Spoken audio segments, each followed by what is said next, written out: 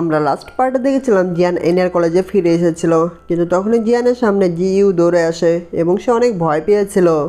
তখন জিয়ান তাদের কাছ থেকে জানতে পারে তার সেকেন্ড ব্রাদার কোমাতে চলে গিয়েছে। তারপর জিয়ান তার সেকেন্ড ব্রাদারকে দেখে অনেক ভেঙে পড়ে এবং তাকে জাগানোর জন্য অনেক চেষ্টা করতে থাকে। জিয়ানের সেকেন্ড ব্রাদার সেন্ট মার্চেন্ট রিংয়ের মধ্যে থাকতো এবং এই সেকেন্ড ব্রাদারের নাম জাওলি। তারপর জি জুনিয়র তাদের জন্য খাবার নিয়ে যাচ্ছিল। তখন টিচার রলিন জি জুনিয়রকে দেখে তাকে থামিয়ে দেয় এবং বলে জিয়ানের ব্রাদারের কি জ্ঞান ফিরে এসেছে। তখন জি জুনিয়র টিচার রলিনকে বলে জিয়ানের ব্রাদারের এখনও জ্ঞান ফিরে আসেনি এবং জিয়ানও সারা রাত ঘুমায়নি, কারণ জিয়ান তার পাশে সারা রাত দাঁড়িয়েছিল। তারা এগুলো সম্পর্কে কথা বলছিল, তখনই উপর থেকে একটি শব্দ পায় এবং তারা দৌড়ে উপরে চলে আসে। তারপর জিয়ান তার ব্রাদারকে তোলে এবং বলে, তোমার সাথে কী কী হয়েছে আমাকে ভালো করে বলো। তখন জিয়ানের ব্রাদার বলে, তুমি যখন জি ফ্যামিলিকে আমাদের ক্ল্যানে পাঠিয়ে দিয়েছিলে তখন থেকে আমরা 2 মাস ভালোই ছিলাম, কিন্তু ইউনল্যান্ড শেখ তোমাকে খোঁজার জন্য তাদের পাওয়ারফুল ফাইটারদেরকে ভিন্ন ভিন্ন কন্টিনেন্টে পাঠিয়ে দেয়। আর সেই ফাইটাররা খুঁজতে খুঁজতে আমাদের ক্ল্যানের সম্পর্কে জানতে পারে। সেই রাতে সেন্ট মার্চেন্ট রিংয়ের মধ্যে অনুষ্ঠান হচ্ছিল এবং সেখানে সবাই একসাথে আনন্দ করছিল। বেশি আনন্দের কারণে তারা সবাই সেখানে ড্রিঙ্কস করেছিল, কিন্তু তখনই ইউনল্যান্ড শেখের পাওয়ারফুল ফাইটাররা আমাদের ক্ল্যানের ওপর অ্যাটাক করে দেয়।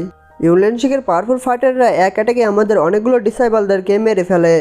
ইউনল্যান্ড শেখের ফাইটাররা এতটা পাওয়ারফুল ছিল যে তারা একটি অ্যাটাকে আমাদের ডিসেবলদেরকে মেরে ফেলে এবং চারদিক ধ্বংস করতে শুরু করে।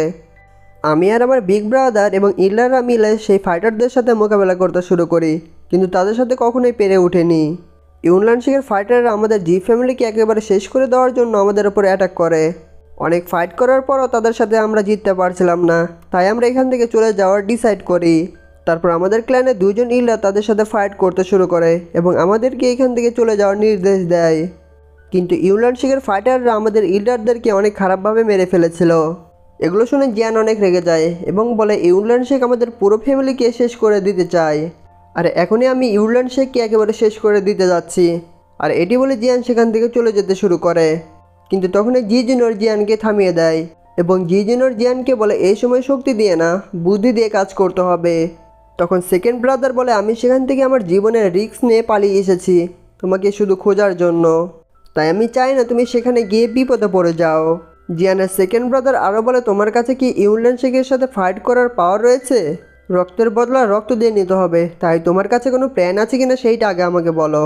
তখন জি জুনিয়র জিয়ানকে বলে, জি ফ্যামিলির ভবিষ্যৎ এখন তোমার উপরে, তাই তুমি রাগের মাথায় কোনো সিদ্ধান্ত নিও না। তোমার যদি কিছু হয়ে যায় তাহলে তোমার ফাদারকে আমরা কি বলবো যখন তোমার ফাদারকে আমরা খুঁজে পাবো? তখন জিয়ানের সেকেন্ড ব্রাদার বলে, আমরা যতটা সহজ ভাবছি এই ফাইট ততটাও সহজ না। আর আমাদের ক্ল্যানের উপর শুধু ইউনল্যান্ড শেখের ফাইটার অ্যাটাক করেনি, বরং সেখানে একজন মিস্টিরিয়াস ব্যক্তি ছিল। তার পুরো বডি ব্ল্যাক ছিল এবং তার মধ্যে থেকে রেড অরা বের হচ্ছিল এবং তার হাতে ছিল একটি শিকল। যখন সেই ব্ল্যাক ম্যান তার চেন ছুঁড়ে মারতো তখন একজন না একজন ফাইটার তার চেনে আটকে যেত। তারপর সেই ব্ল্যাক ম্যান ফাইটারদেরকে ধরে হয়তো অ্যাবজর্ব করছিল, আর এটি দেখতে অনেক ডেঞ্জারাস ছিল। তখন জিয়ান বুঝে যায় এটি সেই ব্ল্যাক ম্যান যাকে জিয়ান অক্সিজেন হাউসে যাওয়ার সময় দেখেছিল। আমরা এখনও জানি না সেই মিস্টিরিয়াস ম্যান কী করছে এবং ইউনল্যান্ড শেখের সাথে তার কীভাবে সম্পর্ক হলো। যখন আমাদের ক্ল্যানের ইল্ডার মারা যাচ্ছিল তখন আমাকে এবং আমার বড় ভাইকে তোমার সাথে দেখা করতে বলেছিল, আর এখানে যা যা হয়েছে তোমাকে এই সম্পর্কে সব কিছু খুলে বলতে বলেছিল। তখন জিয়ান জিজ্ঞেস করে তারপর কি হয়েছিল। তখন জিয়ানের সেকেন্ড ব্রাদার বলে, সেই মিস্টিরিয়াস ম্যান আমাদের ডিসেবলদেরকে অনেককে মেরে ফেলেছিল এবং তাদেরকে মারার পর সেই মিস্টিরিয়াস ম্যান আমাদের কাছে এসেছিল। তখন আমার বড় ভাই বলে, জি ফ্যামিলির উপর অনেক বড় বিপদ চলে এসেছে, আর তুমি এখনই এখান থেকে পালিয়ে যাও এবং এগুলো সম্পর্কে জিয়ানকে সব কিছু খুলে বলো। বড় ভাই আরও বলেছিল, আমি এখানে মরে যেতে পারি, কিন্তু জিয়ানের যাতে কিছু না হয়, কারণ জি ফ্যামিলির ভবিষ্যৎ জিয়ানের উপর ডিপেন্ড করছে। অন্যদিকে ইউনল্যান্ড শেখের একজন ইল্ডার আমাদের ক্ল্যানের ইল্ডারকে মেরে ফেলেছিল, কিন্তু তখনই ব্ল্যাক ম্যানের চেন আমার বড় ভাইয়ের পায়ে ঢুকে যায় এবং ঢোকার পরে সে অনেক কষ্ট পাচ্ছিল। তখন সেই ব্ল্যাক ম্যান আমার বড় ভাইকে মারতেই যাচ্ছিল, কিন্তু তখনই সেখানে হিবোতং চলে আসে, মানে আইস এম্পায়ার চলে আসে। আর আইস এম্পায়ারের এন্ট্রিটা অনেক জোশ ছিল। আইস এম্পায়ার তার ড্রাগন আইসের সাথে এসে আমাদেরকে বাঁচিয়ে নেয়। আমার বড় ভাই অনেক আহত হয়ে গিয়েছিল, কিন্তু আইস এম্পায়ার এখানে আসার কারণে বড় ভাই সহ আমাদের ডিসেবলদের অনেকের প্রাণ বেঁচে যায়। আর সেখানে বেঁচে যাওয়া ডিসেবলরা মেটাল অক্সিজেন হাউসে চলে গিয়েছিল। এগুলো শুনে জিয়ান আইস এম্পায়ারকে মনে মনে অনেক থ্যাঙ্কস বলে। তখন জিয়ানের ব্রাদার বলে, আমাদের সেন্ট মার্চেন্ট রিং পুরোপুরি ডিস্ট্রয় হয়ে গিয়েছে, তাই আমাদের ক্ল্যানের সব ফিউচার তোমার উপর ডিপেন্ড রয়েছে। ওই ইউলান শেখ আমাদের ফ্যামিলিকে পুরোপুরি খতম করে দিয়েছে, কিন্তু তারপরেও আমি আমার ফ্যামিলিকে বাঁচাতে পারলাম না। এটি বলে জিয়ানের সেকেন্ড ব্রাদার অনেক গিল্টি ফিল করে, কিন্তু তখন জিয়াইউ তাকে শান্ত করে। তখন জিয়াইউ জিয়ানের সেকেন্ড ব্রাদারকে বলে এর মধ্যে তোমার কোনো দোষ নেই। তারপর জিয়াইউ তার বাবা মার সম্পর্কে জিজ্ঞেস করে। তখন জিয়ানের সেকেন্ড ব্রাদার বলে তোমার মা ঠিক আছে, কিন্তু তোমার বাবার এক হাত ভেঙে গিয়েছে। এটা শুনে জিয়াইউ সেখান থেকে কাঁদতে কাঁদতে চলে যায়। তারপর জিয়ান জিজেনারকে জিজ্ঞেস করে সোল প্যালেস সম্পর্কে এবং বলে আমি সোল প্যালেস সম্পর্কে পুরোপুরি জানতে চাই। আমি জানি তোমার ফ্যামিলির ব্যাকগ্রাউন্ড অনেক স্ট্রং, এবং স্ট্রং হওয়ার কারণে তোমার ফ্যামিলি সোল প্যালেস সম্পর্কে কিছু না কিছু শুনেই থাকবে। তখন জিজেনার জিয়ানকে বলে তুমি সোল প্যালেস সম্পর্কে কিভাবে জানলে? তখন জিয়ান বলে আমি মিস্টিরিয়াস ম্যানের সাথে একবার ভুল করে দেখা করে ফেলেছিলাম। তারপর জিজেনার জিয়ানকে সোল প্যালেস সম্পর্কে বলে এবং বলে সোল প্যালেস একটি রেয়ার অর্গানাইজেশন এবং তারা অনেক বেশি পাওয়ারফুল। আর এই মেইনল্যান্ডের মধ্যে যত সোল বডি আছে তারা সেই সোল বডিকে খুঁজে বের করে এবং এক এক করে ধরে, কিন্তু তারা এই সোল বডিকে ধরে কী করে আমি এটি জানি না। আর আমার মনে হচ্ছে সোল প্যালেস তোমার সেই জেড ক্রিস্টালের কারণে তোমাদের ফ্যামিলির উপর অ্যাটাক করেছে, আর এই কারণে হয়তো সোল প্যালেস এবং ইউলান শেখ এক হয়ে গিয়েছে।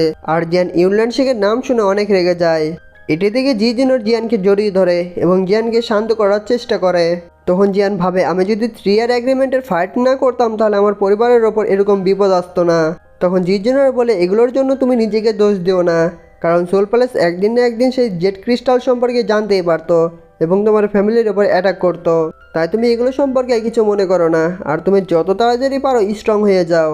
তারপর জিয়ান মন খারাপ থেকে রাগী গলায় বলে আমি আমার ক্ল্যানকে আবার গঠিত করব, আর এই ক্ল্যানকে গঠিত করবো ইউলান শেখের রক্তের বিনিময়ে। তারপর সেখানে কয়েকদিন কেটে যায় এবং জিয়ানের সেকেন্ড ব্রাদার একেবারে পুরোপুরি সুস্থ হয়ে যায়। জিয়ানের সেকেন্ড ব্রাদার সেখানে প্র্যাকটিস করছিল এবং তার প্র্যাকটিস দেখে আমরা বুঝতে পারি সে অনেক বেশি পাওয়ারফুল। তারপর জিয়ান সেখানে আসে এবং জিয়ানের সেকেন্ড ব্রাদারের স্কিল দেখে অনেক সুনাম করে। তখন জিয়ানের সেকেন্ড ব্রাদার বলে আমি একটি জায়গায় যেতে চাই, সেখানকার মধ্যে কোনো রুলস নিয়ম নেই, আর আমার লক্ষ্য সেখানে হয়তো মিলতে পারে। আমি আমার জীবনের বেশি সময় সেরকম পরিবেশেই কাটিয়েছি, তাই সেখানে গেলে আমার কোনো প্রবলেম হবে না।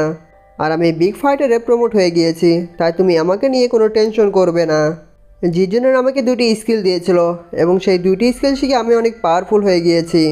তারপর জিয়ান তার সেকেন্ড ব্রাদারকে একটি রিং দেয় এবং রিংয়ের মধ্যে ছিল স্ট্রেঞ্জ ফায়ার। তারপর জিয়ানের সেকেন্ড ব্রাদার জিয়ানকে বাই বলে এবং একটি শিপে চলে সেখান থেকে চলে যায়। আর জিয়ানকে এখন থেকে অনেক বেশি স্ট্রং হতে হবে, তাই জিয়ান ইনার কলেজে চলে আসে এবং সেখানে এসে অনেক বড় বড় ফাইটারকে হারিয়ে দিয়েছিল। জিয়ান ইনার কলেজে টপ 10-এ আসার জন্য ফাইট করছে, অন্যদিকে জিয়ানের সেকেন্ড ব্রাদার সেখানে একটি পজিশনের জন্য ফাইট করছে। আর দুই ভাইয়ের দুই জায়গার ফাইট দেখিয়ে এখানে এপিসোডটি শেষ হয়ে যায়।